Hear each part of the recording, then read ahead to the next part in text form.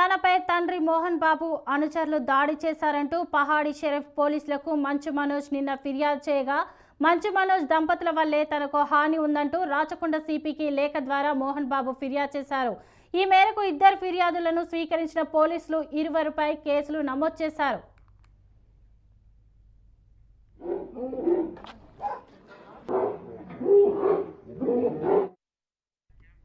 కాగా ఆదివారం రోజు తండ్రి కొడుకులు ఇద్దరు ఒకరిపై ఒకరు దాడి చేసుకున్నారన్న వార్తలు గుప్పుమన్నాయి. వీటిని మొదట మోహన్ బాబు ఎక్స్ వేదికగా ఖండించారు. తమ కుటుంబంలో ఎటువంటి గొడవలు జరగలేదని ఆయన ట్వీట్ చేశారు. అయితే కాసేపటికే మనోజ్ గాయాలతో బంజారాహిల్స్లోని ఓ ప్రైవేట్ ఆసుపత్రికి వెళ్లారు. చికిత్స చేసిన వైద్యులు మనోజ్ భుజం, వెన్నుముక, మెడకు గాయాలైనట్లు రిపోర్ట్ ఇచ్చారు.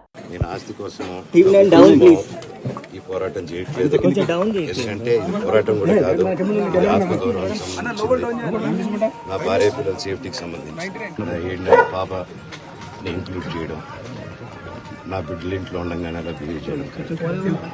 ఈరోజు పోలీస్ దగ్గరికి నేను వెళ్ళి ప్రొటెక్షన్ నేను మొన్న వచ్చి అడిగినప్పుడు మీకు అన్ని ఎవిడెన్స్ ఇస్తాను.